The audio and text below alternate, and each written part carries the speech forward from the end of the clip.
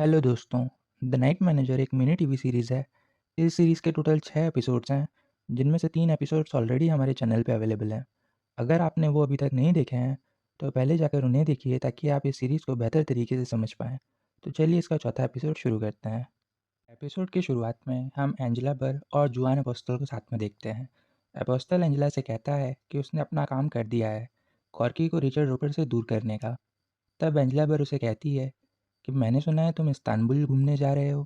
फिर एंजेला वो confidential papers apostle को दिखाती है। अपोस्टल सरप्राइज हो जाता है और एंजेला से पूछता है कि तुम्हें ये पेपर्स कहाँ से मिले। एंजेला कहती है कि तुम बस मेरी मदद करो इन पेपर्स को डिकोड करने में, तुम्हें कुछ नहीं होगा, ये मेरी गारंटी है। अगला सीन हम लंदन का देखते हैं, जहाँ एंजेला के दोस्त रेक्स को कुछ लोग डराने की कोशिश करते हैं। फिर हम देखते हैं कि एंजेला उन कॉन्फिडेंशियल पेपर्स के बारे में अपनी टीम से डिस्कस कर रही होती है। एंजेला समझाती है कि इस लिस्ट में उन इन्वेस्टर्स के नाम हैं जिन्होंने ट्रेडपास नाम की कंपनी में इन्वेस्टमेंट किया है। रिचर्ड रोपर सबसे पहले इस कंपनी के सहारे $300 मिलियन रेज करता है और फिर इन्वेस्टर्स को 20% गारंटेड प्रॉफिट देता है। रोपर उस $300 मिलियन से वेपन खरीदता है और फिर उन्हीं वेपन्स को मार्केट में $600 मिलियन में बेच देता है। लेकिन सवाल ये है कि आखिरकार वो ये वेपन्स इतने सस्ते रेट में खरीद कैसे लेता है। फिर एंजेला दो लोगों के नाम दिखाती है जिन्हें $5-5 मिलियन एज कंसल्टेंट फीस दिया जाता है। वो दो नाम हेलो और फेलिक्स होते हैं। तभी वहाँ रेक्स गुस्से में आता है और कहता है कि कुछ लोगों ने उसे डराने की कोशिश की है। वो एंजेला से कहता है कि तुम अपना काम करते रहो, तुम्हें जो मदद चाहिए मैं दूंगा।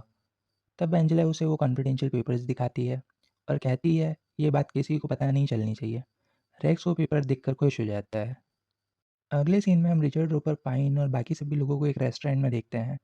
पाइन अब ट्रेडपास कंपनी का नया डायरेक्टर होता है, एंड्रयू बर्च के नाम से। तभी रोपर की वाइफ डैड वहाँ लॉबस्टर सैलड ऑर्डर करती है जो कि अवेलेबल नहीं होता है। कॉर्की इस बात पर गुस्सा होता है और वहाँ तमाशा खड़ा कर देता है। सब लोग कॉर्की के इस बिहेवियर से काफ़ी नाराज़ होते हैं। लेकिन तभी एंड्रयू बर्च यानी जोनाथन पाइन सब संभाल लेता है। वो वहाँ के दूसरे गेस्ट से माफ़ी मांगता है और उनसे कहता है कि आपका पूरा लंच मेरी तरफ से रहेगा। अगले सीन में हम एंजेला बर्ग को इंटेलिजेंस एजेंसी के मेंबर हैरी के साथ देखते हैं। वो एंजेला का पुराना दोस्त होता है। एंजेला उसे वो कॉन्फिडेंशियल पेपर्स दिखाती है और पूछती है कि हेलो और फेलिक्स कौन है। रिचर्ड रोपर इतने सस्ते में हथियार कैसे खरीद रहा है। तब हैरी कहता है कि मुझे यहाँ नहीं होना चाहिए। तब एंजेला कहती है कि तुम एक अच्छे इंसान हो, तुम्हें कुछ नहीं होगा, बस तुम मेरी मदद करो। तब हैरी कहता है कि हेलो ड्रॉमगुल है और फेलिक्स बारबरा है। वो लोग fake end user certificate Richard Roper को प्रोवाइड कराते हैं।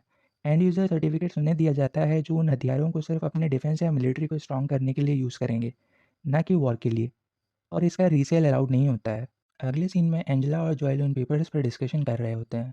जॉयल कहता है कि हेलो और फेलिक्स ने इटली और बुल्गारिया गवर्नमेंट के नाम पे fake end user certificate Richard Roper को इशू किया है, यानी कि रिचर्ड रोपर इन सर्टिफिकेट्स की मदद से हथियार सस्ते में खरीद सकता है और फिर उन्हें महंगे दामों में बेच रहा है। ये तो सीरियस फ्रॉड है और गवर्नमेंट की पावर्स का सीरियस मिसयूज़ है।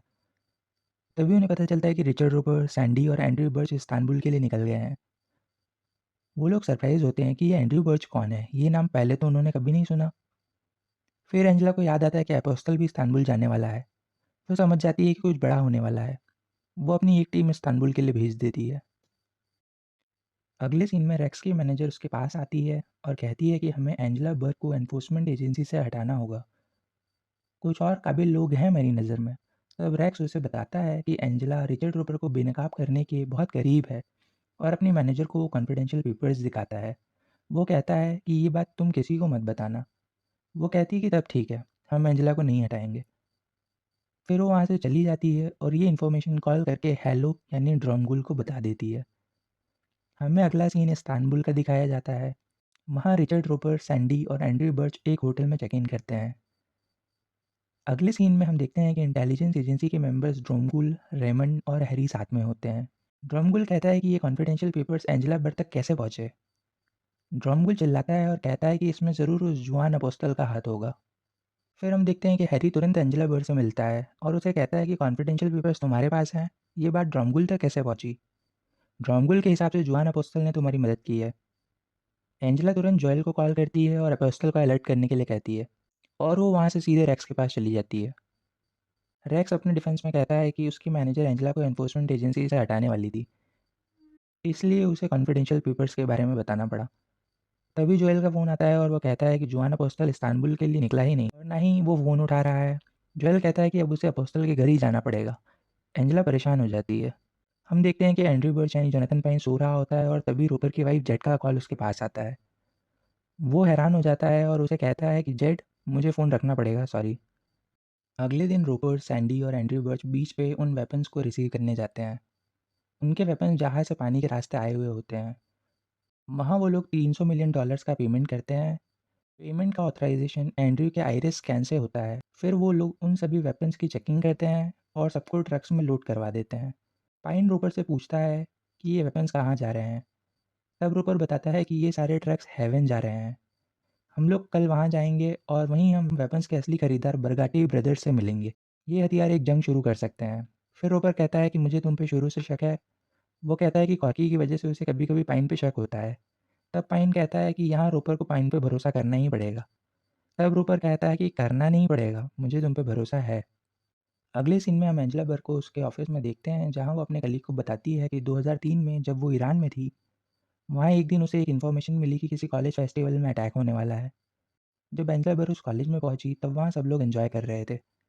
तभी किसी ने वहाँ जहरीली गैस लीक कर दी, जिससे वहाँ सारे लोगों का दम घुटने लगा और लोग मरने लगे। एंजेला बर्क इमोशनल हो जाती है और कहती है कि तब वहाँ उसने रिचर्ड रोपर को पहली बार देखा। रोपर ने उस इंसिडेंट को अपॉर्चुनिटी समझा, उसे इसमें बिजनेस दिखा और तभी से वो ज़िंदगी तबाह करने वाले वेपन्स की डील करता आ रहा है। अगली सुबह हम देखते हैं कि उसी होटल में एंजेला की भेजी हुई टीम पाइन को बुलाती है। एंजेला का कलीग पाइन से कहता है कि तुम कर क्या रहे हो। वो उसे जेड और पाइन की कॉल रिकॉर्डिंग सुनाता है और कहता है कि उसने तुम्हें कॉल क्यों किया, कहीं तुम दोनों के बीच कुछ चल तो नहीं रहा है। तब पाइन कहता है कि तुम्हें इससे क्या मतलब है। तब वो आदमी पाइन की बात एंजेला बर्ड से करवाता है। एंजेला उसे कहती है कि तुम अब हमारे ऑपरेशन का हिस्सा नहीं हो। जेड ने तुम्हें क्यों कॉल किया, तुमने सारा प्लान चौपट कर दिया है। पाइन कहता है कि तुम्हें पता नहीं है मैं कितना करीब हूँ रोपर को बेनकाब करने में। बिना मेरी मदद के तुम कुछ नहीं कर पाओगी। एंजेला नहीं मानती है और उसे तुरंत बैग पैक करके उसकी टीम से लॉबी में मिलने के लिए कहती है। एंजेला कहती है कि तुम बस वापस आ जाओ, ये मेरा ऑर्डर है। पाइन वहाँ से निकलकर तुरंत रोपर के पास जाता है और कहता है कि कुछ ब्रिटिश लोग हमारा पीछा कर रहे हैं। वो लोग लॉबी में हैं। रोपर थोड़ा कंफ्यूज होता है और अपने बॉडीगार्ड से कंफर्म करने के लिए कहता है। बॉडीगार्ड कंफर्म करता है कि लॉबी में कुछ ब्रिटिश पुलिस के लोग सच में हैं। अगले सीन में हम जोएल को जुआन अपोस्टल के घर पे देखते हैं। वो वहाँ गेट से कूदकर अंदर जाता है, जहाँ उसे अपोस्टल मरा हुआ मिलता है। किसी ने अपोस्टल को मार दिया होता है। फिर हम देखते हैं रिचर्ड रोपर, पाइन और सैंडी पीछे वाले रास्ते से नीचे आते हैं। इसकी भनक एंजेला के भेजे हुए एक टीम मेंबर को लग जाती है। तभी पाइन उस पर अटैक करता है। रिचर्ड रोपर, सैंडी और पाइन तुरंत वहाँ से भागने में कामयाब हो जाते हैं।